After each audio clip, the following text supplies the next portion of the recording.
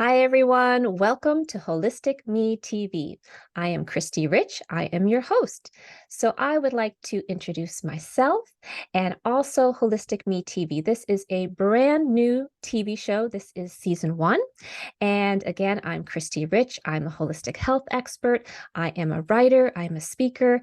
I have been in the holistic health field for over 18 years, helping women to overcome chronic illness, chronic conditions, and trauma through a holistic approach, which means getting to the root cause and resolving it mind, body, and spirit using natural ways and natural remedies.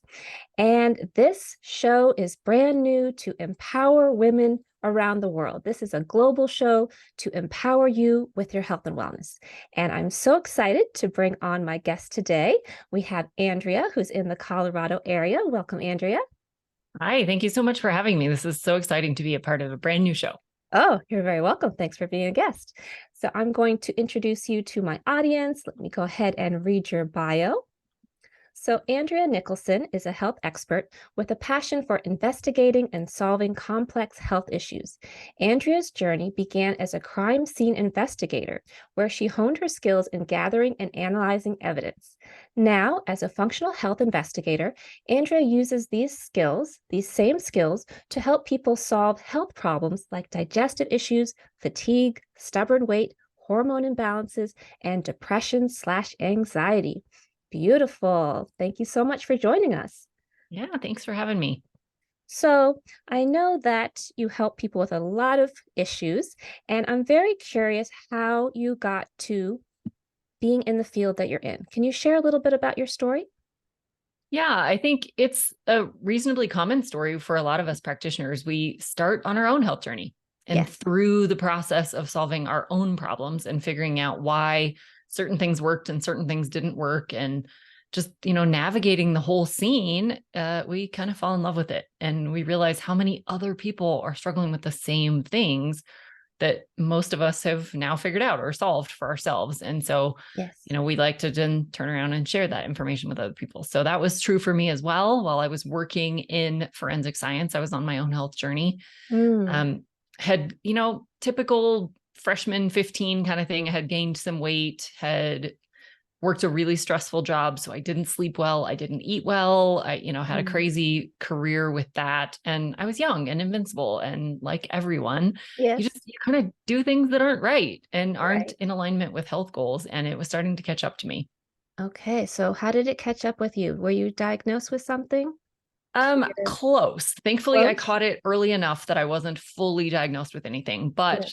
through my employer, and also my own family history was really big in heart disease. And Mm, law enforcement also has a really high proportion of, heart attacks and heart disease development, mm. just with the high stress and, hitting drive-throughs and things when you have to. Sometimes Right. that's your only option when you have those kinds of careers.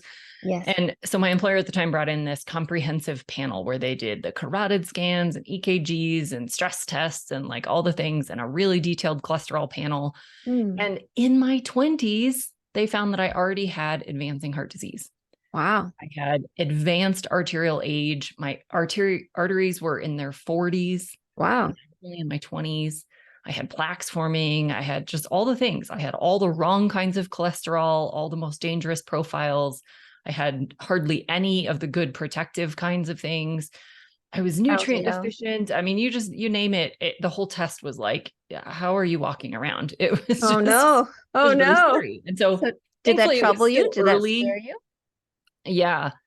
Thankfully, it was still early in the progression, but it was, obviously pretty advanced for a 20 something. You just wouldn't expect that at that age. Yeah. But thankfully, it wasn't to like the point I needed prescriptions or surgeries, or, it wasn't that far along, but Good. still it was headed that path.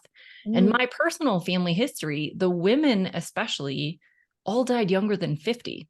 Oh, really? So Wow. really in my 20s, if I followed in those same footsteps, which clearly I was already halfway through my life. Wow. And that was really the piece that woke me up, is clearly I need to make some changes, because I knew, even with what little I knew about health and heart disease and all the things, I knew that a lot of it was lifestyle related. So yeah, my entire family had it, but I also knew it's not really like a genetic, just because your family has it, you're guaranteed to get it. There's very few conditions that that's actually true for. Hmm. And so I knew that I was in control of a lot of those things. And I just Good. didn't really know exactly what to do, but I knew I could do it. I just had to figure that out. So that Good. was my beginning. I'm so glad that you knew that. I'm so glad you knew your family history, and I'm so glad you knew that you weren't doomed based on your genes, that you believed in epigenetics and that you could change your healthy habits and improve your health. So, what happens next? So, you are in this very stressful job as a crime scene investigator, which is a very interesting profession to go into, and you are diagnosed with advancing um, artery problems, etc. So, what did you do? What steps did you take next? Well, initially, obviously, I talked to the doctor who gave me this report with all these scary findings, and I got all the standard advice. Well, don't smoke. Well, I already didn't smoke, so that wasn't very helpful. And, eat a heart healthy diet. Of course, they couldn't tell me what that meant. They couldn't Yes. really tell me any details. Make sure you exercise, lose some weight. And they're like, well, but you're already at a healthy weight. Like they were looking at me going, well, here's the things you're supposed to do, but none of this actually applies to you. So just eat a healthy diet. Right. Thanks. It was like no help at all. Yeah, thanks. So I did my own research and unfortunately kind of found the same answers. There Mm, was all kinds of references to heart healthy diet, and some of them gave a little bit more detail than others. There was references to fiber and there was references to olive oil and cutting out red meat and limiting mhm. fat. But it was still really generic and none of it really could explain why any of that mattered. And I want to know why, Yes, because that makes it me that much too. easier to implement when you're like, no, I have to do this because I know it does this other great thing, or I knew it can really hurt me if I don't. Like I need to understand the why. Me And too. nobody could really explain it to me. It was just, well, we know fat is bad and cholesterol is bad and it causes it, and nobody could really explain it. But it's all I had. So that's what I did for a while. I followed that advice. I ultimately transitioned all the way to plant-based eating, Mhm. with only a little bit of like eggs and seafood occasionally, but for the most part, it was all whole, clean, vegetables, vegetarian diet, all the things, cut way down on calories, cut way down on saturated fats, basically ended up going low fat. That wasn't really my intent per se, but that is kind of what it ended up being. Okay. So And you I did went that back. for a while, and did you see any changes? Anything saying, okay, I'm going in the right direction? I did see some changes, but I don't think it was specifically because of those things. And I'll explain a little bit more. I had also increased my type of activity. I doubled down on my workouts. I started doing a whole Oh, lot more activity. I just kind of tried to do all the things. Still yeah. had the crazy stressful job, still had the weird schedules and lack of sleep and all the things because there was really not a whole lot I could do about that piece. But Mhm. I did You all were the other things that I proactive. You were could do. trying. You were Yes. taking lots of action. Yes. And I went back a year later, redid this comprehensive panel, got all the updated numbers, was really excited. I had lost some weight in this process, like a lot of us do when we're in our 20s. You just kind of blink and you can lose the weight Yeah. when you're in your 20s. Yeah. And all of my numbers were worse. Oh no, they were worse. They were worse. Doing all of the things everyone recommended, they were Wow. worse. And could your doctor explain why they were worse? Nope. He gave me No. the exact same list of things to do, Oh, with still no explanations, with still no details on how could this get worse. I'm already doing all these things. And I think in the back of his mind, he's like, yeah, well, you're clearly not doing it all. Like he had to have been, because that's all oh, he knew. And he's like, well, these are the things you're supposed to do. And clearly you're getting worse. So you're not right. doing So them. you're not being diligent. You're going off track a little bit. Yeah. Right. Keep on track. And Okay. So so that was no help. right. So that's what really spurred me to go, okay, so I am doing all the things because I knew I wasn't lying to myself. I knew I was actually doing all the things. Yeah. Why is it not working? So is the advice wrong? Am I different? Is there something else actually underlying? Like the big why was still there. It didn't make any sense to me. Mm, And so that's, I turned back to doing all the research. And that's when I found this whole world of functional and holistic health that mm. honestly pretty much said to do the exact opposite of all of that conventional advice. Interesting. It Very wasn't all interesting. about fiber. It wasn't all about cutting fat. It wasn't all about cutting proteins or cutting, fattier meats. It wasn't about doing any of those things. It wasn't about exercising more, but it was really that the way I had followed the plan, and not that, vegetarian plans are necessarily bad. or that eating a lot of fiber is necessarily bad. It doesn't really fix the problem I had, which is where I don't think that was the right advice for me. And I went that way for kind of the wrong reasons. But the way it often gets applied ends up contributing to problems. So like in my case, when you're eating primarily vegetables, you're not getting a lot of protein and you're not getting a lot of fat, just by the very nature of what plants are made of. They're primarily carbohydrates. So they don't leave you very satiated. They're not very filling. They're lacking a lot of nutrients. Yeah, you're getting a lot of nutrients, but there's a whole bunch that you're not getting at all in plants. You're not getting much protein unless you're really actively trying hard to pair your foods properly and all the things. But even if you're doing all that to get adequate protein, you're getting a huge carbohydrate load because those plants are all carbohydrates. And so by the very nature of me transitioning to the more plant-based eating and the fact that it wasn't very satiating, I had to eat more frequently, which was also the common advice. We need to be eating every 2 to 3 hours to stoke our metabolism and, keep the fire burning and all the things. What that actually was doing was making me insulin resistant. Oh. Because I was eating carbs all day long. Oh. And even though I wasn't eating Doritos and Oreos, I was eating vegetables and fruits and those kinds of things. They all had carbs. So I was getting a constant stimulation of insulin all day long. So can you explain that a little bit more to the listeners? What is insulin resistance? What does that mean? And how is it so insulin diagnosed? is a hormone secreted by the pancreas. A lot of us think of this in the context of diabetes, but Yes. it's a hormone we all have. It's a hormone we all need. Unless you have type 1 diabetes, of course, then you're not producing much or any.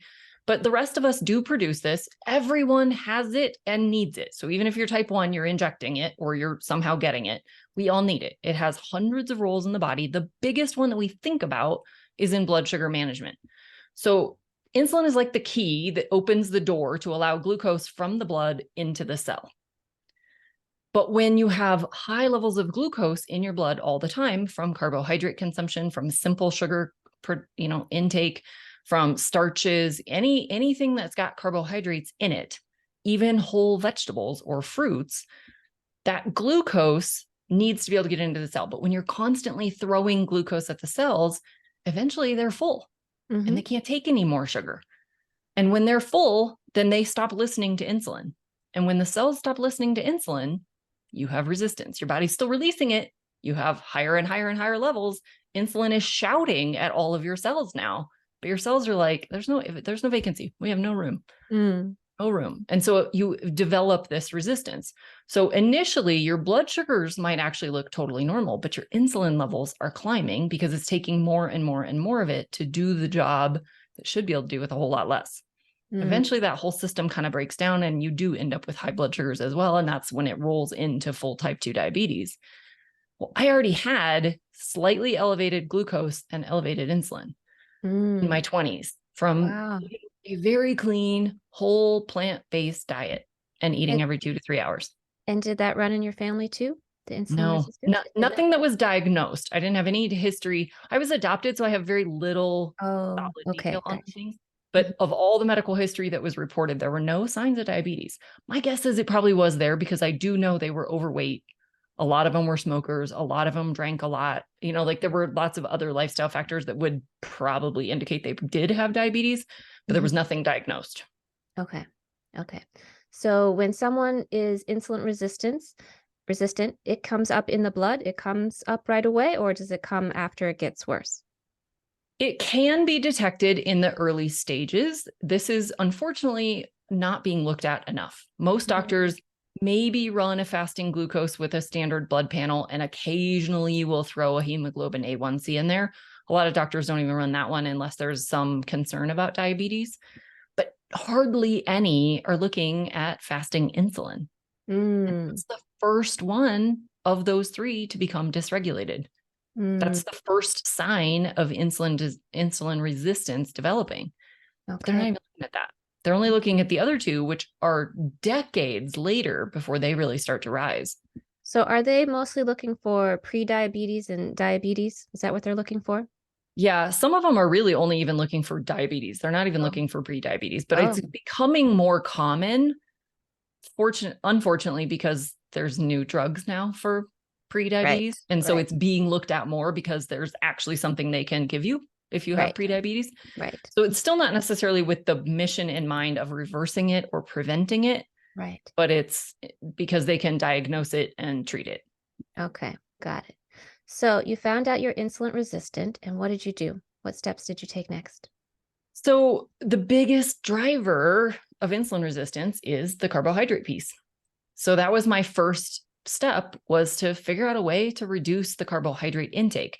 Through this same process, when I discovered that I was insulin resistant, I also found that I was lacking in a lot of really key nutrients. Mm, I was really low in vitamin D and all of the other fat soluble vitamins. I mm, was pretty deficient in protein, which means I was lacking in a lot of enzymes. I was actually losing muscle tone and muscle mm, quantity, lots of mhm, lean tissue, which one thing people don't think about when you're losing, it's not just about muscles. It's not just about strength and the muscles we see. All of your organs are also muscle. mm. So you don't want to be losing those. You Yeah, don't we want your want liver protein. shrinking or your heart shrinking or Yeah, your we don't brain want that. shrinking. No, thank you. These are a problem.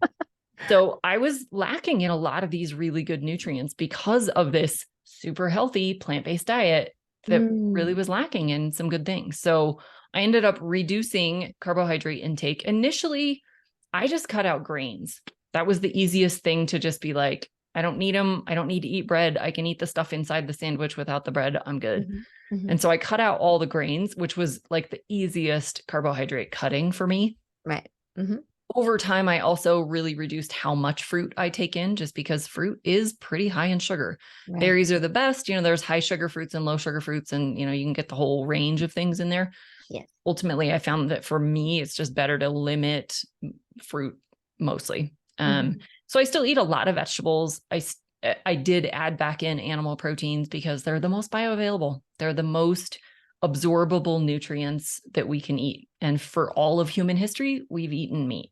mm, So this is not a heart disease problem.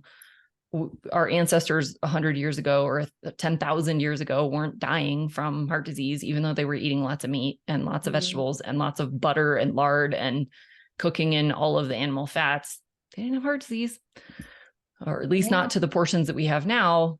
We have Most of what so we much more have, chronic illness now. It's true. So much more. yeah, It's crazy. It's right. rising all the time. It's not It getting is. better. Yeah. And most of that is because we're eating so many refined foods. We're not eating real food anymore. And Right. even when I look Right. back at what I thought was a super clean, whole food, all the great vegetable diet, when I look back at it, knowing what I know now, I was still eating a fair amount of refined foods. They were all like whole grains and all the healthy, high fiber things, but it included a lot of whole wheat pasta. And I Mhm. was eating a lot of bread still at that time. And there was a lot of quinoa and rice and all of those things because, I mean, frankly, you can't just live on lettuce. You need some No. substance. And so Exactly. for a lot of vegetarians, that ends up being grains because they're Right. bulkier. Right. You need to fill yourself up. You don't want to be hungry all the time. Right. But you still will be, because even rice doesn't stick with you very long. Mm, So mhm, looking back, didn't put it together at the time, but I was eating a lot of processed foods. And mm. what little protein I was getting primarily was coming from processed protein powders Ah, and interesting. smoothies and, Yes. those kinds of things, Right. which again aren't as bioavailable. They're not as whole. They're refined. They just don't work the same way as whole natural foods do. Hmm. So, were you able to reverse this? Were you able to reverse your insulin resistance? I was. So I went through a couple of different processes. I also found through this journey of exploration and learning that my gut was a mess. Oh, okay. Despite Yeah. eating all of that amazing fiber, I really had no idea, but I was chronically constipated. When I was learning more about this, I that's just all I had ever known. Even from like a little kid, I can look back and go, yeah, I've always been this way. I didn't know Mm. until I really started learning, but I was chronically constipated, had horrible gas, had Oh. just all the digestive issues. And so I went through a gut healing protocol, which made all the difference in being able to eat the meat. That's the piece I never knew, is the reason I felt terrible eating meat was I wasn't digesting it very well. I had Mm. super low stomach acid, low Oh, I was digestive gonna enzyme ask. output, just Low like all the HCl. gut stuff. Okay. And then all that amazing fiber, when they actually looked at my microbiome, the bacteria in my gut, it was completely wiped out. Mm. Well, a lot of our digestion is actually done by those bacteria. So Mm. if you don't have any, or you don't have enough, or you don't have the right kinds, or you don't have enough different kinds, your digestion will suffer and you'll feel it. Yeah. So there Yeah. was just like all these pieces that I had to put together. Interesting. So I think this is very common with a lot of people. A lot of people have digestive issues. A lot of people have constipation for years, even since childhood. A lot of people don't know that you should go to the bathroom daily. They think it's okay if it's only a few times a week. So this is important for people to know about. So can you talk a little bit more? So you had low HCl. Did you also have a history of taking antibiotics? Is that part of the reason why your bacteria was low? I really didn't. I was not a very sickly kid. I maybe had one kind of normal infection a year. So, I mean, looking back, that seems like a lot of antibiotics to me, but in the grand scheme of people who are pretty sickly and are on lots and lots of courses of antibiotics, I was nowhere near that. But I had probably had a course of antibiotics every year from like my whole childhood until college. And I didn't really get so much after that. Okay. So I wasn't on all that many. I was on birth control for a long time. So that Okay. absolutely plays a huge role in gut health and Yes. hormones and all the things. Yes. And depending on the hormones, some of them are even linked to like insulin resistance and some of those things. It changes so many structures, and hormones are involved in so many different things beyond just, cycles and those kinds of things. So there's all kinds of connections there. So that would be probably my big thing. I was never a smoker. I didn't drink a whole lot at that age. Mhm. Those kinds of things. I really didn't have any overt indications of why I had no good bacteria. And you would think with all that amazing fiber that I just would have naturally had a lot, but I didn't. And I don't have a great explanation for that. The only thing I can maybe point to at this point would be, I mean, as a kid, I certainly drank a lot of soda. So there's a lot of artificial ingredients and those kinds of things in soda. And then tap water. I was Mm, definitely not drinking filtered, good quality water growing up. I had well mm. water for many years and then just normal tap water for many years. Okay. And there's chlorine and there's things in Oh, that they that put can so wipe much out in your gut. tap water. It's crazy. It's It crazy. is. Did you ever have your liver tested? Did you ever look to see if there were any issues with your liver with all these tests that you had? The only test that would point directly to any liver that I had done was just blood work, liver enzymes, those kinds of things that show up on the blood work. And I never had any imbalances there. Mhm. Everything was good from that perspective, but I was definitely had lots of digestive dysfunctions for sure. Okay. And were you able to understand the root cause of these heart issues, the issues with your arteries, Yeah, etc.? I think the more current research is showing that blood sugar imbalances are one of the biggest drivers of cardiovascular disease. That sugar not only degrades kind of the coating in all of our blood vessels and all of our tissues, but it also causes inflammation. And Mhm, anywhere there's mhm. inflammation or irritation or damage to the blood vessels, that's where you're going to get the plaque. The plaque is like the scab that we get on our skin. It's just protecting the wound so that it can heal from, the inside out. So it's a little bit different than, what we would see on the scab, but it's kind of the same analogy. And so anything you're doing that can damage your blood vessels can contribute to that. And Yeah. so, yeah, I definitely had the blood sugar issues, the microbiome issues. We're learning more and more about the gut every day. And, if you have leaky gut, if you're getting I was gonna bacteria ask or you, were bacterial you toxins in your blood, that can for sure cause it too. diagnosed with leaky gut? I Or definitely did you had signs of it. I had growing food sensitivities. I had lots of like achy joints and stiff muscles. And I definitely Mhm. had a lot of signs that would point to leaky gut. I don't think the testing at the time I did this, I don't think that was included in a direct marker, but there were lots and lots of signs that were like, yeah, you probably do have leaky gut. Got it. Okay. Yeah, very interesting. Very interesting to hear your story.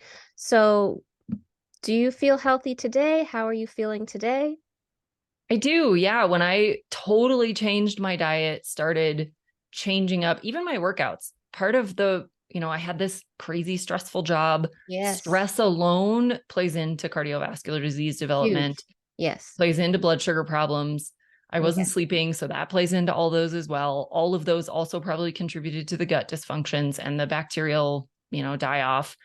All of these things actually are connected. They seem like they're totally unrelated things, but they all feed into each other. Yeah, I was going to One ask can you that. cause the other. They can all make the others grow. It's crazy. Yeah, so I was going to ask you that. So I want to star again what you said about sugar causing inflammation. I think a lot of people are not aware of this. I always say to people, if you have a chronic illness, if you have any illness, even a viral infection, you need to stay away from sugar because that will weaken your immune system. That will create inflammation. So it makes a lot of sense what you're saying about it being related to heart disease. And it also sounds like you're saying that if someone has heart disease or almost to heart disease, they may also have digestive issues. They may also have insulin resistance or be going towards pre-diabetic. Do you see with your clients that it's very common to have several instead of just one of those conditions? Yeah. Some of my clients come to me who they already know, like they've They been know. diagnosed diabetes and they're constipated. Like they just know based on their symptoms or their diagnoses, they know they have all the things. But a lot of my other clients will come and they'll just like, I can't lose weight. And when we dig into their labs and we look at their history and we look at their foods, they do have all the things. They just, like I didn't know, they didn't Hmm. know. Right. And You don't know it's what you not, don't know. yeah. And so many people really believe, well, I don't eat a lot of sugar because they don't eat cookies or candy. But Right. depending on what you're eating, you still could be eating a huge amount of sugar because all carbohydrates break down to glucose. It's the Right. same as simple sugar. They all break down to the same simple sugar. So whether you're eating a lot of grains, a lot of fruit, a lot of, I mean, and there's added sugar to all kinds of things, I know. It's sauces, crazy these days. condiments, all the things have In added sugar. everything. Yeah. So So you could be eating a lot. what do you recommend for someone who wishes to prevent prediabetes or diabetes? Perhaps it again runs in their family. They want to be proactive. What do you recommend for them? Yeah, I definitely would start with the carbohydrate picture. Doesn't mean you Okay. have to go like full keto or full carnivore, or, you don't have to go to the extremes necessarily. Some people do get the biggest benefit if they do go that far, but you don't necessarily have to. But you really do have to control the carbohydrates. Be very mindful about the kinds, the portions, how often you're eating them, the timing, even the order of the meal order of foods that you consume can make a difference. Mm, There's like a lot of different things that play in, but you really do want to be very, very mindful of how many carbs, what kinds of carbs, how often, all of those kinds of things, and reduce it as much as you can, frankly. That's going to do your best if you're already on the path to diabetes or pre-diabetes. That's going to be your best bet. Same thing with heart disease. Carbs have got to be the first thing you control for those kinds of conditions. okay. You do also want to make sure that you're getting adequate protein. This isn't just about diabetes or blood sugar management, although protein and fat are the most satiating. If Mm-hmm. you're more satiated, if you're more full with just meals, then you're eating less often. If Yes. you're eating less often, you're getting less insulin spikes. If you're getting Mm, less insulin spikes, you're not going to produce insulin resistance as much. yes. So beyond that, we need more protein than most of us are getting anyway. Yes. Need a Yes. lot of protein for muscle building, for brains, for enzymes and hormones. And protein is so many things in the body, just like fat. Fat is a huge portion of your brain. It's Mm, required for your hormones. It's required for a lot of cellular functions. It's the membrane around all of your cells is fat. mm, mm, yes. We need these That's things. good, So, everyone. Fat is not something to be feared. We all need fat. We all need protein. This is very important for people to know because there's a lot of people on the low fat diet, right? yep. They're like, no fat. Even for me, a long time ago when I had my chronic illness, I was on very low fat. And finally, somebody said to me, you should have more fat. And I'm like, I should? It's a good thing to have more fat? Okay. I thought we were trying to go low fat. Okay. Yep. I'll do the opposite. Yeah. So it is healthy, everyone, to have fat and it actually helps the body. The body needs fat. It's just Yes. sometimes we may overdo. So, again, everything in moderation and to be mindful of what we're doing. Yes. So, you mentioned functional medicine. Can you say what functional medicine is? Tell a little bit about that for those who are not familiar with it. Yeah, there's a lot of different definitions for it. The way I look at it is functional medicine's goal is to get you to ideal. So whether we're looking at labs, if we're looking at your symptoms, if we're looking at some function within your body, our goal is to not just get you disease-free or avoiding a diagnosis, but to actually get you to ideal.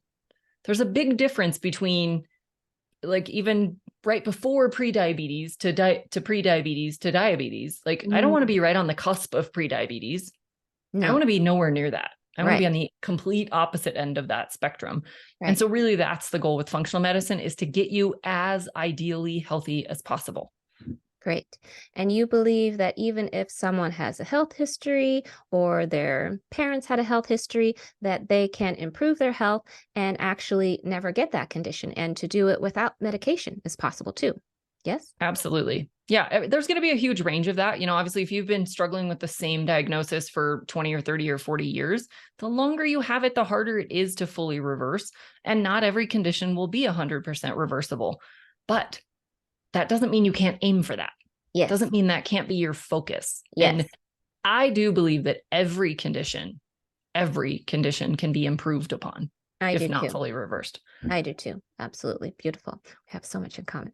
Also, I wanted to ask you, when did functional medicine begin? How long has it been around for? I think because there's so many different definitions, I don't know that there's really like an official start date. There's people who will claim someone was the father of functional medicine or whatever. But if you look through like human history, a lot of the principles that are used today in what we call functional medicine were actually like the original medicine Mm. before medicine actually existed. And what do you mean by that? Do you mean doing labs and trying to look into the body to see clues of what's going on?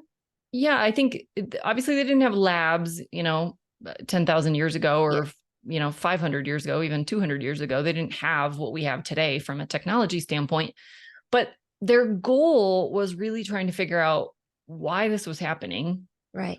what they could do to make that not happen. And they did figure out a lot of things. I mean, if you look at some of the ancient stuff around like diabetes, they did low carb. Mm. It's fascinating that, 500 years ago, they figured some of this stuff out, and somehow along the way it got lost, Mm. and we started doing totally different things and made the disease way worse. And Mm. now we're like, wait, but they were onto something. It worked. So Yes, it's kind of exactly. funny that some of these things our ancient ancestors really did figure out, and they had the right goal in mind. Now, of course, Yes. they did lots of horrible other things that were not right, trying, but their Mm. goal was always right. Their goal was to figure out what was going on and see what they could do to fix it, even if they were way off base. I Their agree goal with was that. always I believe our ancestors had a lot of wisdom. You look that. at Hmm. Hippocrates, the father of medicine, let food be thy medicine. And then all of a sudden we went the opposite direction, let medicine be thy medicine, do pharmaceuticals. You cannot heal otherwise. So I think it's very important for people to know that, our ancestors really were trying to be the early detectives. They were really trying to figure things out because they wanted to live a long, healthy life. They didn't want to struggle. Times were hard enough as it was. And I come from, my ancestors were Native American. So, of course, we lived on the land. We were very spiritual. We were very much into herbs and plants and food. And we've lost a lot of that. I believe we've lost a lot of that. And I believe there's so many myths and misunderstandings being spread. And I think that's also how we've gotten off course and why we're confused. What is a heart healthy diet? What should you eat for diabetes? And part of it, I also believe, is the pharmaceutical business, right? It's here we have a medicine now. So here, take this. We don't have a medicine. Sorry, it's not curable. You're just going to have to accept it. But we need to empower people by letting them know that you can improve your health given the right tools. If you go to the right person who can get to the root cause, you can get better, and you can get better naturally. Yeah, I would agree. And on the same vein, like you talked about with your ancestors, the other piece that we've really lost touch with is that community piece.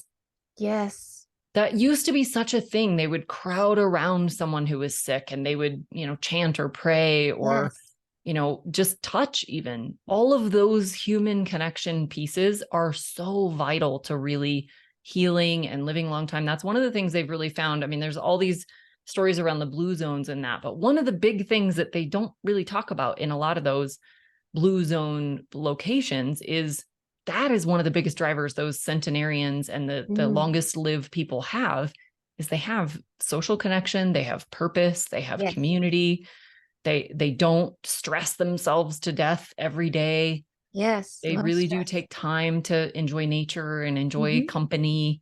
Be And present in the moment. yeah, Yeah, not yeah, I future think that's a tripping. big piece that isn't even included in functional medicine enough.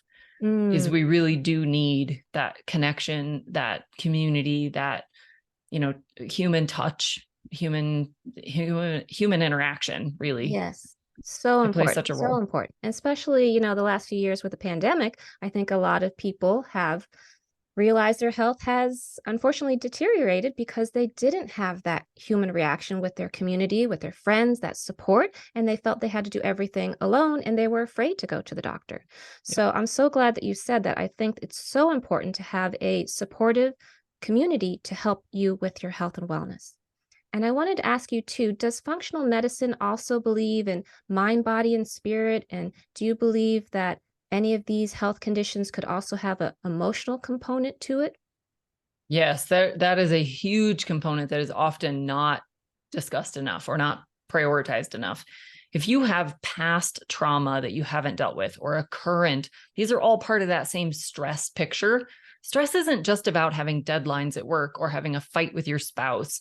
These are really about past traumas, current traumas, physical injuries, toxins. But yes, absolutely. The emotional piece, they've shown in many, many studies that if you don't adequately deal with those emotions, whether they're currently happening or in the past, even if it's not something you consciously think about anymore, if you don't actually deal with those things, you literally cannot get better.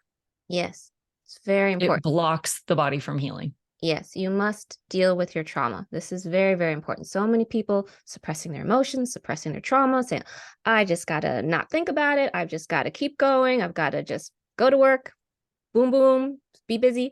But we need to realize our emotions are there for a reason. Our body is communicating us with us. And also trauma needs to be healed. It does not just go away in time.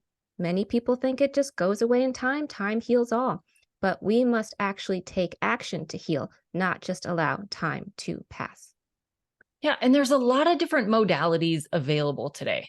It Yes. doesn't have to be what we think of when we think of going to therapy, where you lay on the couch and you just talk your head off. Yes. Yes. There's EMDR therapy, there's sound therapy, there's different kinds of music, there's meditation, there's journaling, there's a So million much. different modalities. So find what works for you. Deal with Yes. it though. Yes, absolutely. Beautifully said. And for you, did you feel there was an emotional component? Did you feel it was unresolved trauma or depression or anger or anxiety? I think I did have some stuff that I even and in the moment I wouldn't have attributed to any of that. I didn't have any past trauma. I was never abused, or I didn't have Mhm. anything like overt that I could point back to and say, well, that clearly caused it. But Right. I did have a really stressful job that I Yes. wasn't even really aware of that at the time. It was Wow. just that was my job, and it Wow. was, it had its exciting moments, Okay. but it really was. When I finally left that career, it was like, oh, I could just Relief. like I can feel the breathe. weight come off I of can me. It breathe. was so different. So I do think that played a huge role. I do think there were, we all have stupid childhood things that just kind Sure. of linger, and you're like, you remember someone saying something horrible or doing something horrible to you as a kid, even though it wasn't like a life transition moment. It doesn't have to be that big, but you just have those nagging things. And, I did actually go to therapy for a while, and I did EMDR. That was one of the Oh, biggest, okay. best things for me. Okay. Because I had a hard time articulating the problem. Got And it. so talk therapy, it would like sound, oh, I finally figured it out. And I'd say it in my head and I'd be like, yeah, that's it. And then I'd go to therapy and I'd say it and I'd be like, no, no, that Yeah. Or doesn't you'd be sound too right when I much in say it your out head, loud. right? Yeah. Yeah. Oftentimes people go to talk therapy and they're just like dwelling on stuff and then they're not feeling Yeah. any better. It's like, I'm just thinking about this same thing the whole time. I'm not moving Yeah. past it. So Yeah. again, it's important for people to know there's many different healing modalities and you have to find the one that's right for you and the therapist or healer or practitioner who's right for you as well. So can you Yes. say a little bit about how you work with your clients, how long you've been helping people with their clients with their health and wellness, and just take us through, do you have a system? How do you work with people? How do you get to the root cause? How do you help them? Yeah. So I've been doing varying different kinds of things in the health industry since like 2010. So it's been quite a while. It's evolved over the years from like personal trainer and basic health coach and all the things. But Okay. over the last several years, I've really dug much more into the functional medicine, holistic health, all of that side of things. And so now I work with people in kind of three phases. So we do an investigation. So depending on what problems you're dealing with, we might run some labs.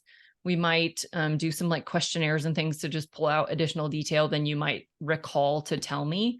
So we just do that full investigation, try to really get to what's going on. Once we know what's going on, then we move into the solve it phase. So we're actually going to figure out what to do about that problem. So if it's a blood sugar issue, how do we resolve that?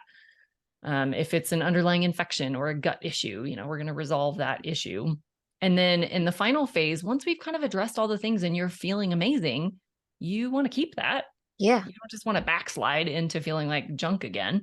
So we move into the live it phase where we really implement more, long-term habits, lifestyle strategies, giving you kind of the education and resources. So, if ever you're like, oh, I don't feel so good again, you at least know what to start looking at, or where maybe you've slipped a little, or you Mm, kind of have all the tools in your toolbox to know how to evaluate your own life, good. to not keep the results and also make any tweaks as necessary, because your life is going to change. Yes. What works today might not work in 5 years. Yes. And so you need to know what changes to make. And so that's kind of that final phase, is moving into that long-term maintenance. So beautiful. One more time. There's 3 phases. What were they again? Investigate it is the first one. So that's Investigate it. where we dig in, find out all the answers or find out all the problems. Okay. And then solve it Solve it. is where we're going to actually deal with whatever we found in the investigation phase, and then live it. Perfect. Beautiful. I love that. So it really seems that you are unique in what you do. You're not like every other functional medicine practitioner. So I want people to know this, that again, you need to find the right person, someone who can go really deep with your health and wellness. I do know that some functional medicine people, they do run labs, and based on that, then they say a certain protocol of what to do. But what I found is that they may say, okay, you have blank, and so you need to have these supplements. So everyone who has blank has these supplements. It's not individual. It's a cookie cutter approach. And I was very surprised about this because I know functional medicine is very popular right now. So it seems that you take an individual approach. Would you agree that that is how you're different from other functional medicine practitioners? Yeah, I definitely do not have cookie cutter protocols. I don't think I've Good. ever given two people the exact same system ever. Yes. The Good. testing might look the same because there's only so Yes. many different avenues we would go down, and there's no point in running 1,000 tests. So I do try to whittle that down. But as far as the protocol goes, yeah, it's different every time because everybody has different needs, everybody has different preferences, everybody has kind of different tolerances. Some people are like, I want to tackle it all at once and be done. And others are like, oh, I think that would kill me if I changed everything at once. Oh, Like, yeah. Too so we much. have to take into Overwhelming. account all of the different personality styles, tolerance levels. Maybe somebody has an allergy. Well, they can't take Oh, that product then, yeah. or they Of don't course. eat a particular kind of food for religious reasons or tastes or whatever. Like, Right. we have to meet people where they are, and it really does need to be customized, because if they Yes. hate it, they're not going to do it. And even if Right. they manage to get through 90 days of it, they're not going to stick with it. They're going to quit, Right. and that doesn't serve them or me. So I really want to make it, applicable and useful for them, and something Yes. they'll actually do. Beautiful. Absolutely. They need to develop healthy habits. So they may have been doing the same thing basically all of their lives, and now you're teaching them something new. So sometimes you need to do that very slowly until it becomes a habit before then you add something else, another healthy habit. So I think this is where people self-sabotage themselves, is all of a sudden they try to do everything and then they can't keep it up and then they don't do anything. Yep. Yes. Yeah. And I think a lot of times, functional medicine practitioners and integrative medicine practitioners have also kind of just substituted supplements for medications. Yes. And Yes. so you still end up with 15 bottles of things that you're going to be on for the rest of your life. Mm, Well, okay, is that really getting anyone anywhere? It might have a few less side effects and it might be a little more natural, but really, you're just taking supplements instead of medicines. You're still exactly. taking pills every day. I My agree. goal is to try to get you off of as much as possible. So we may Good. strategically use targeted supplements for a period of time to deal with whatever the imbalance is, with the goal of being that you get off of everything at the back end. It Yes. doesn't always work out. Sometimes we just have deficiencies and we need, like, maybe you need to take vitamin D forever. Maybe you need to take a multi forever. Maybe you need a digestive enzyme forever. Like there are some things that you might stay on long term, but it Yes. won't be all of them. Not everything. And I think this is what's so important is that if you get to the root cause, you don't need to take all these things. So, for instance, with me, I had a chronic illness for 15 years. Unfortunately, I was misdiagnosed, told to take all these medications. And of course, I said, no, I don't do medications. I want to get to the root cause. I'm very glad that I decided to listen to my own intuition. And so it was a very difficult journey. But at the end, I did get to the root cause and I found out that it was my liver, that it was really my liver that was full of toxins. I had the highest level of lead and mercury that my doctor had ever seen. He was like, wow, how did this happen? You should be paralyzed. You should have brain damage. And it's a miracle that you haven't. But again, I think it was because I was proactive. I was eating very well. I was trying a lot of things to get healthier. And so it ended up being the liver. But I had all these symptoms. I had digestive issues. I had, like you, problems really getting the nutrients from my food. I had migraines, night sweats. I had terrible acne. I had upset stomach, nausea, pain all over. So you wouldn't think that that was from the liver. And I think a lot of people think that digestive issues that they have are from the stomach. So this is what I let people know. It's not necessarily the stomach because the liver is part of your digestive system. So if your liver is not working well, then you're going to have problems with your blood because it regulates the blood sugar. The pancreas does too, but the liver does over 500 functions. So it helps with digestion. It helps with really getting the vitamins that you need from your food. It helps you to detox. It helps you to do so much. And so people may think it's other parts of the body, but not realize it's the liver. So it's very important that you get to the root cause. So again, you tackle that, and then you don't have to worry about all these symptoms or piecemealing all these different supplements and vitamins. And that's for me. I don't take any medication. I don't take supplements. I can take it, if I'm about to get a cold, I'm like, okay, I'll have a little of this right now. But otherwise, I'm good and I'm healthier than ever. So just want to emphasize everyone get to the root cause, find that right person who feels good for you.